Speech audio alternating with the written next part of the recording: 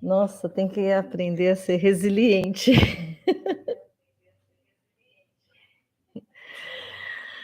Marcela está me dando um suporte aqui, tudo bem?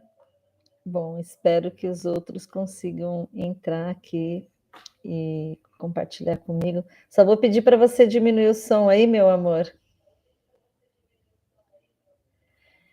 que está dando delay aqui para mim. Então, tudo bem com você? Que bom estar aqui de novo com vocês. Como eu tinha comentado, né, no nosso briefing, né, anterior, como ser forte em dias difíceis. Hoje foi um dia difícil, tá vendo? Ontem eu peguei, preparei tudo bonitinho para falar hoje, e quando chegou na hora H, o que que aconteceu?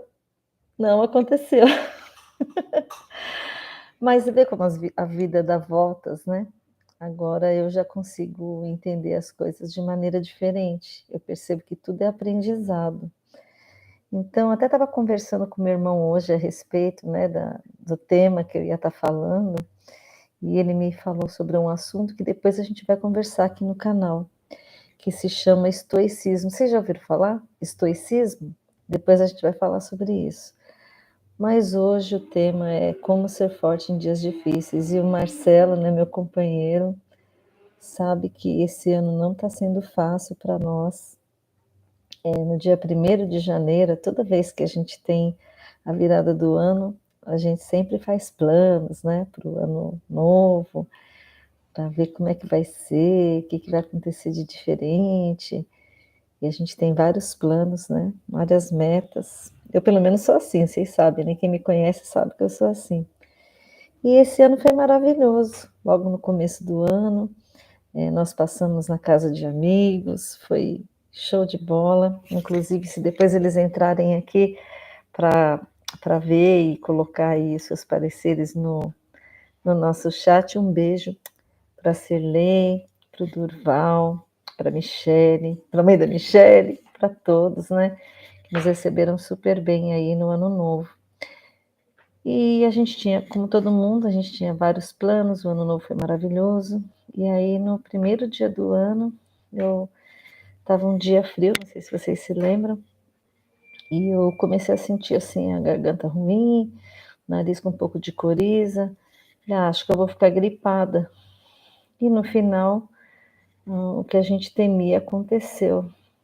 Desde 2020, quando tudo fechou por conta da pandemia, graças a Deus, eu, o Marcelo, a nossa família, ninguém pegou Covid. Tomamos todas as vacinas, bonitinho, mas aí, no dia 1º de janeiro deste ano, o que que aconteceu? Eu dei uma passadinha no hospital para tomar um levanta-defunto aí, ficar boa, porque na segunda ia voltar a trabalhar lá no Poupa Tempo. E aí a médica falou: não, a sua tosse está um pouco diferente, vamos fazer um teste de Covid. E aí a gente viu que eu estava com Covid. E eu fiquei muito, muito chateada, porque nós tínhamos passado o ano novo na casa de amigos, e aí você já fica preocupado, né? Você fala, puxa, será que eu passei essa doença, né, para alguma pessoa que estava lá? E a gente já fica preocupado, aí avisamos todos, e fiquei muito, muito chateada mesmo. Mas aí, graças a Deus, nenhuma outra pessoa foi contaminada, inclusive o Marcelo não foi contaminado, né? E aí, vida que segue. Mas eu não vou negar, eu fiquei um pouco abalada. Por quê? Porque o ano passado eu já tinha passado por uma situação que foi aquela da pneumonia, que a gente estava tratando como se fosse uma gripe forte, depois acharam até que era Covid também, e no final fiquei praticamente o ano de 2022 aí em tratamento por conta da pneumonia. No final eu tive problemas lá de arritmia, né? Batimento cardíaco, ficou alterado, e tive uma série de situações aí que me deixaram debilitada praticamente o ano todo de 2022. Então, quando foi terminando o ano, eu fiquei feliz, eu falei: "Nossa, tá acabando um ciclo, vou começar um ciclo novo". muito melhor, é assim que a gente faz, né? A gente imagina que vai estar tudo bem, vai dar tudo certo, mas no final não foi aquilo que aconteceu. E aí, em janeiro, graças a Deus, né? Não foi uma coisa muito séria, Covid. Eu senti como se fosse uma gripe forte, né? Passou tudo bem. E aí, mais adiante, eu e o Marcelo resolvemos até mudar de casa. O Marcelo iria também tirar férias, então aí aproveitamos o período dele de férias, porque a gente ia mudar de casa. E aí o que que acontece?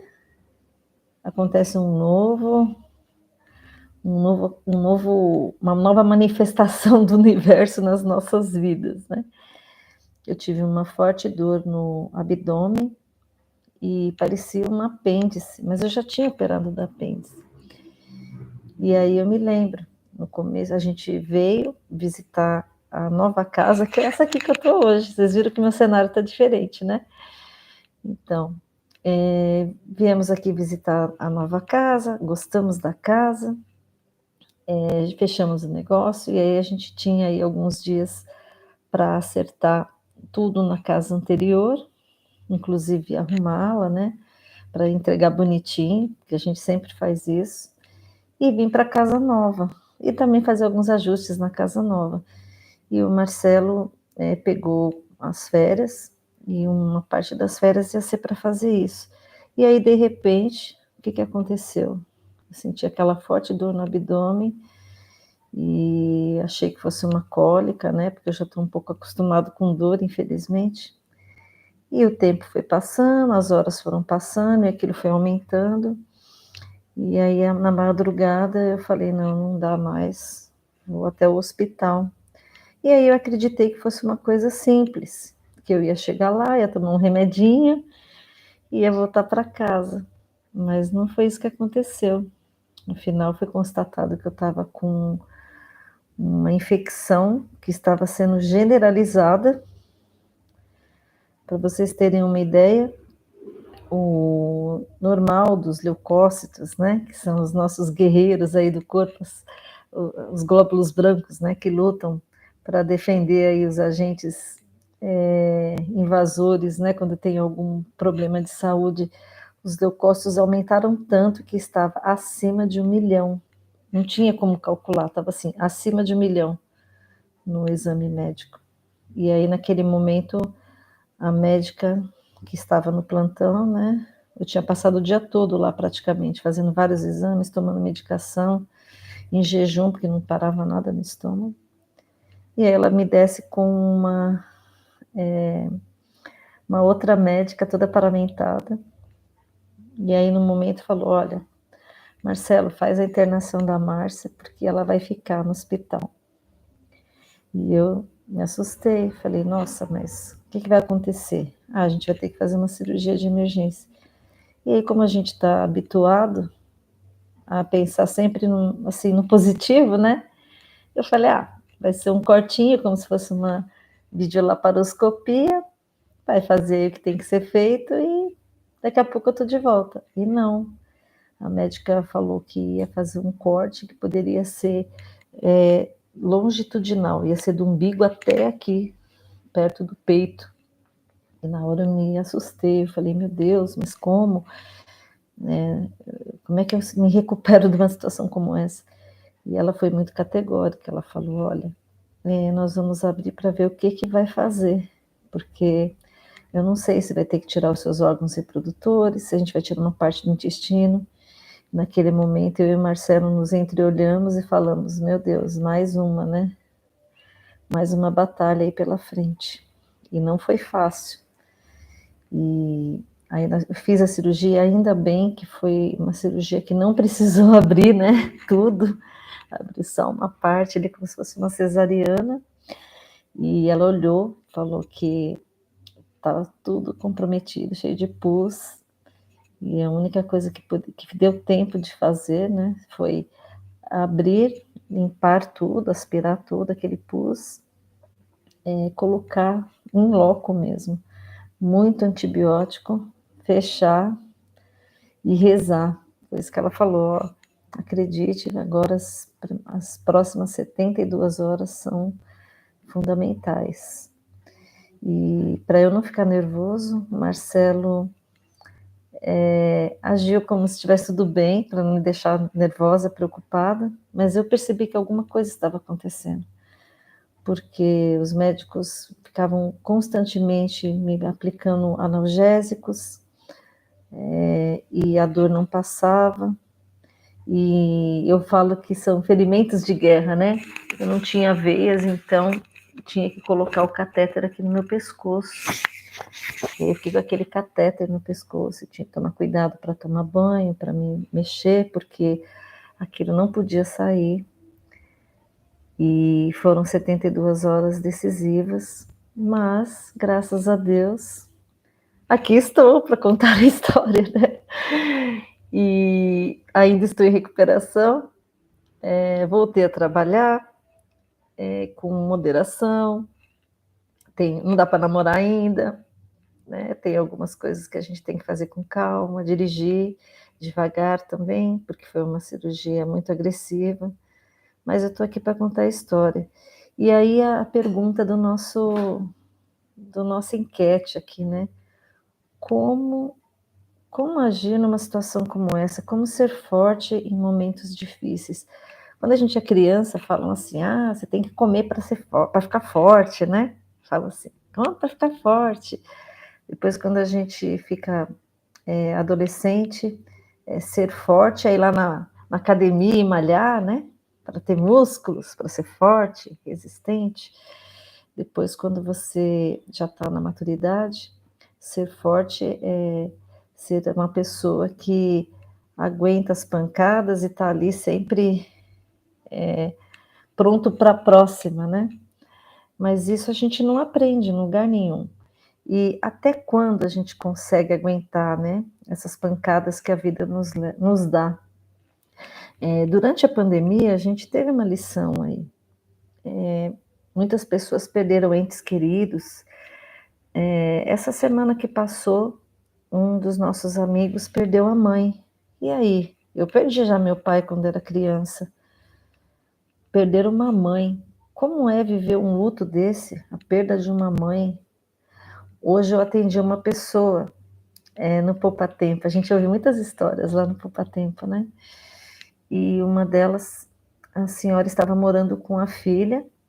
Ela veio morar com a filha porque ela estava assim em tratamento de depressão. Por quê? Porque ela perdeu um filho muito novo. E na floridade esse filho deixou netos, né? Deixou uma viúva aí inconsolada também. E ela estava tentando seguir adiante com essa situação, que é enterrar um filho. Como que a gente consegue superar um luto? Eu passei por esse problema de saúde, né? Tem uma amiga nossa também que é uma inspiração para mim. Eu falo que ela é uma inspiração para mim.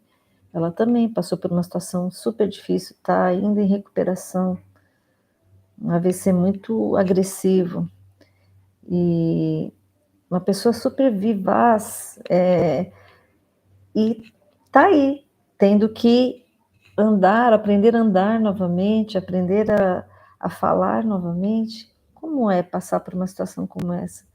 Como é ser forte numa situação como essa? A questão do desemprego, né? Tantas famílias. O meu irmão tá brincando, falou: tome biotônico Fontoura. Ele sempre faz piadinha com essas coisas. Mas isso é uma das maneiras também de você ser forte. É você dar a devida atenção à situação. Eu sei que às vezes a gente é sarcástico, né? Sarcasmo também é uma maneira de você tentar ser forte. Você não dá tanta importância àquilo que outros dão importância. Eu estava lendo a respeito que, às vezes, a nossa preocupação é mais com o modo como os outros vão ver a nossa reação diante da dificuldade. Então, por exemplo, num luto, espera-se que a pessoa fique triste, chore. Mas você acredita que eu já vi pessoas rindo histericamente num velório? O fato dela estar rindo histericamente não significa que ela está feliz. Talvez seja a maneira que ela age diante daquela situação que ela não sabe como resolver, não tem controle sobre aquilo. Eu estava falando do desemprego, né. Como é que você explica para o seu filho que você não tem o que colocar na mesa? Ou então você volta para casa, né, e fala para sua esposa: "Olha, fui demitido". Como você lida com isso? A sua autoestima, como é que fica diante disso? Às vezes a gente se sente até inferiorizado, né, se sente menos valorizado porque foi demitido. Ah, eles explicam que é um corte de pessoal, blá-blá-blá, que você é importante para a empresa, que sente muito, mas é você quem vai ter que resolver quando você, não tiver mais no dia seguinte para onde ir, quando você acorda, você fala: "E agora, eu vou para onde?", né, não tenho mais um emprego. Ou mesmo, a questão de um rompimento amoroso. Tem muitas mulheres que ficam depressivas quando, são traídas, e muitos homens vão ao álcool, porque não conseguem, eh, levar adiante uma vida sem o amor, né, que os deixou. Como é que a gente age diante disso? São situações que a gente vai passar mais cedo ou mais tarde. Não estou falando que você vai ser traído, né, mas assim, são situações da vida que você vai passar mais cedo ou mais tarde. Um dia uma pessoa falou para mim: "Márcia, a vida não é linear. Se fosse linear, como é que funciona o eletrocardiograma de uma pessoa? É altos e baixos, não é? A vida é assim, uma hora você está feliz, outra hora você está triste. Você tem que ir administrando, né, o seu sentimento em relação às coisas que acontecem com você. Então, como ser forte em dias difíceis? É muito difícil ter uma receita. "Ah, eu vou fazer assim e vai dar certo". Não existe receita pronta. O que a gente pode fazer é tentar antecipar as situações e se acontecesse isso comigo, como eu agiria? Então agora aqui a gente vai ficar confabulando em relação a isso. Então, por exemplo, eu vou falar o que deu certo para mim, né. A primeira coisa que eu acredito que seja uma fonte inspiradora é você encarar o seu problema. Então, por exemplo, no meu caso, eu estava com um problema de saúde, ainda estou, né, mas estou em recuperação. E aí, o que que eu faço com esse problema? Não adianta, eu não tenho como transferir para outro, não tem como eu dormir, acordar e ser diferente, eu vou ter que encarar aquilo. Então, abrace o seu problema. Eu sei que parece até estranho, né, falar isso, mas abrace o seu problema, entenda ele. E a princípio você coloque na sua cabeça o seguinte: "O que que eu posso fazer em relação a isso que está acontecendo comigo?". Você tem controle sobre aquilo? Se você tem controle sobre aquilo, que bom, então você pode fazer alguma coisa para resolver. Mas se você não tem controle sobre aquilo, o que que você pode fazer? Então a primeira coisa é você entender que se você tem um problema, qual é o problema de fato? Às vezes a gente tem tanto medo daquela situação, que a gente fica confabulando outras coisas que no final nem é tão grave, né, por exemplo: "Ah, você vai ter que fazer uma cirurgia. Nossa, mas então vai ter que tirar tudo", e no final não tirou nada. Abriu, aspirou ali o que estava, me causando o problema e fechou, não precisou tirar intestino, falou que talvez fosse tirar meus órgãos reprodutores, não tirou nada. Então, assim, até que ponto aquilo é tão grave? Então, vamos ver o cenário pior e aí vamos tentando ser otimista em relação àquilo.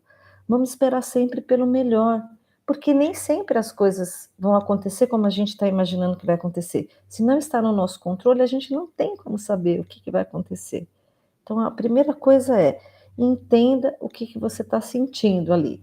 Se você está triste, chora, chore tempo que você achar necessário, é um luto.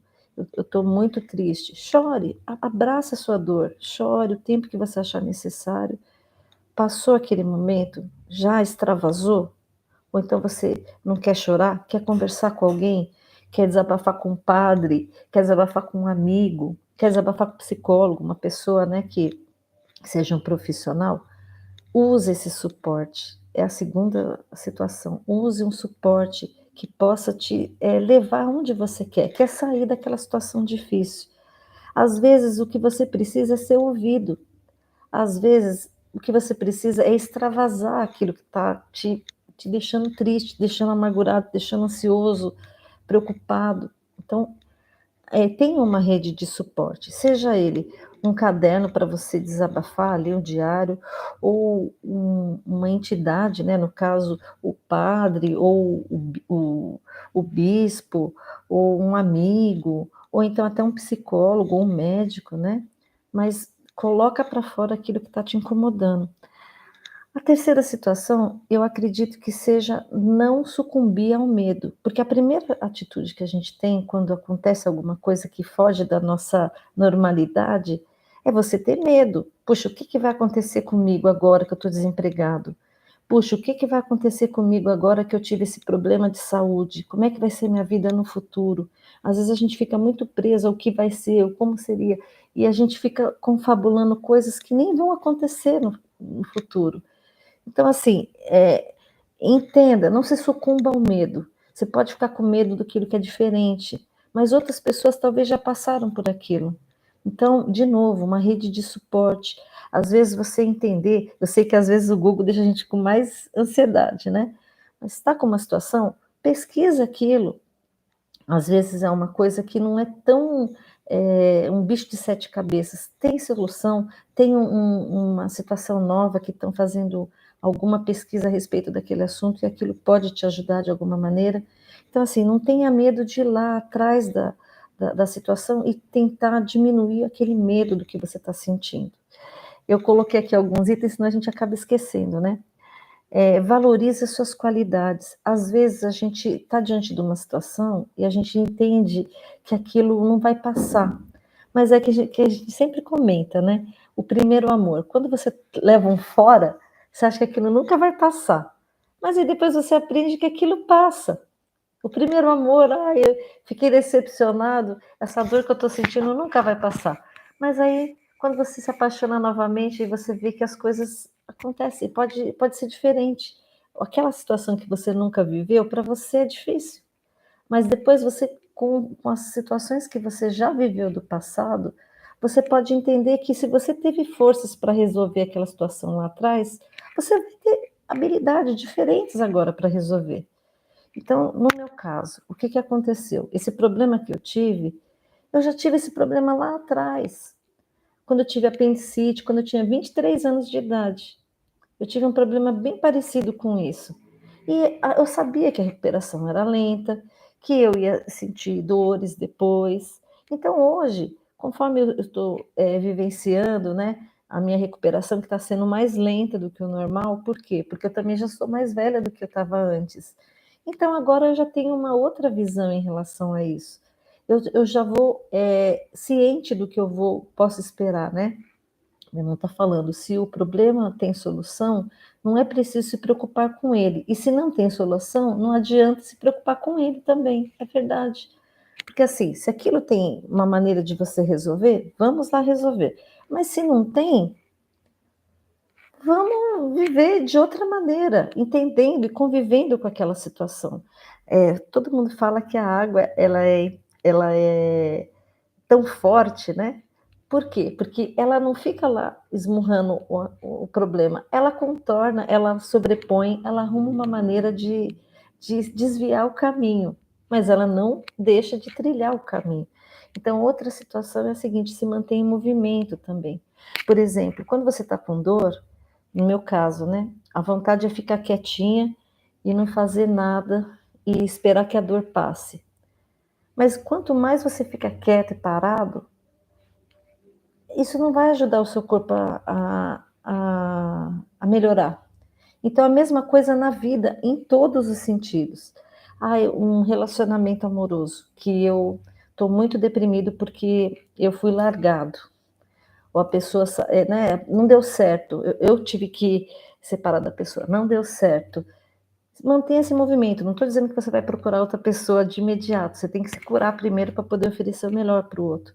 Mas mantenha esse movimento, não fica enclausurado, não fica remoendo, sabe aquela frase que fala da cabeça vazia, oficina do diabo? Ô, Cláudio, tudo bom? Obrigada por você estar aqui com a gente.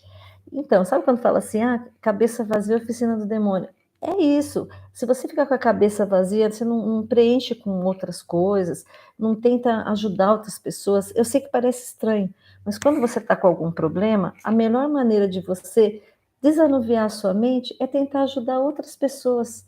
É aquilo que eu te falei do poupa-tempo, né? Às vezes eu estou lá sentada, eu ouço cada história e eu falo, nossa, eu fico achando que a minha vida está difícil. Tantas outras pessoas têm situações tão difíceis também, e que quando a gente está vivendo o problema, a gente acha que o nosso problema é intransponível, é o mais difícil, mas não é. Eu brinco que assim, os personagens mudam, mas as histórias são muito parecidas, né? Então alguém já viveu uma coisa que você está vivendo hoje. Alguém vai viver algo que você está vivendo hoje. Então, por isso é importante a gente conversar, a gente expor de que maneira a gente conseguiu superar. Porque às vezes quem está na situação, ela não consegue ver solução. É como eu brinco que é assim, é como se você estivesse num quarto escuro cheio de portas.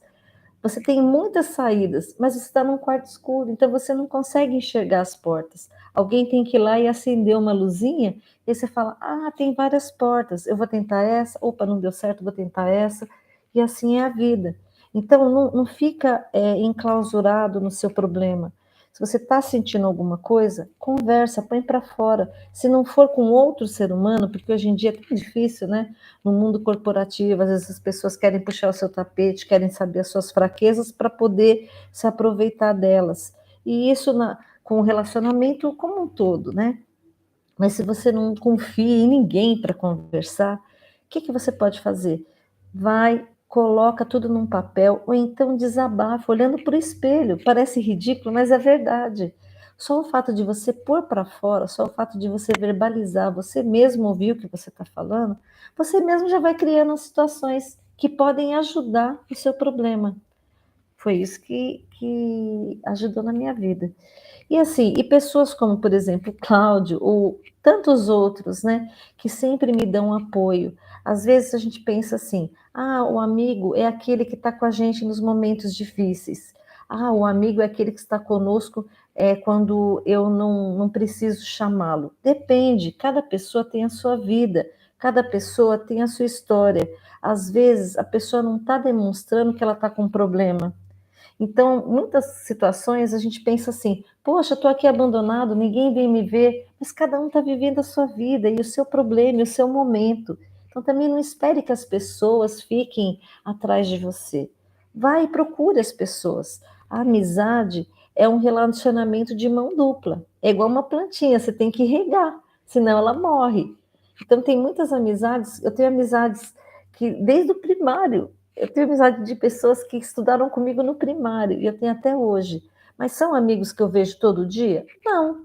Mas eu sei que se eu precisar de alguma coisa, eu vou usar esse grupo. Eu vou falar, gente, estou com um problema. E alguém ali que estiver online vai me dar um suporte. Nem que seja falar, Márcia, fica firme aí. Você não está sozinha, a gente está aqui. Então, use esse suporte. Se você é uma pessoa que não tem esse relacionamento com as pessoas, é mais fechadão, não gosta de ter amizade com ninguém, então eu te convido a vir conversar comigo aqui no nosso canal. O nosso canal é para isso, é para a gente disseminar conhecimento, mas também trocar figurinha. Olha, eu sempre converso e combino, né, que o tempo que a gente tem para conversar é de 30 minutos, porque eu gosto muito de falar, e se deixar, eu fico aqui a noite inteira falando, né? Mas eu só gostaria mesmo de agradecer você que veio me prestigiar, seja agora aqui no chat comigo, ou seja depois assistindo esse vídeo que vai ficar aqui gravado no canal. Mais adiante a gente vai estar falando mais a respeito daquilo que eu disse, que é o estoicismo, que eu fiquei sabendo hoje, né? Meu irmão me apresentou esse conceito que eu acho fantástico e vai ajudar muito nessa nova etapa que eu quero falar, que é sobre saúde mental. A gente está muito preocupado com a saúde física, né? Hoje em dia todo mundo comenta muito a respeito disso, com nutrientes para o corpo, para os músculos, mas e a nossa saúde mental? Como é que fica a nossa saúde mental? Então, a gente vai fazer uma série falando sobre isso, sempre aqui no nosso canal. Então, Muito obrigada por você ter vindo aqui me prestigiar. Vocês viram que no começo deu tudo errado, né? No começo do ano para mim e no começo aqui da nossa live. Mas no final tudo sempre dá certo, acaba bem. Às vezes não é do jeito que a gente quer, mas acaba bem. Então fiquem com Deus. Um beijo no coração de vocês e seja forte, mas seja forte na medida certa, tá bom? Eu tô aqui porque você precisar. Parece clichê, mas é verdade, tá? Um beijo. Fica com Deus. Tchau.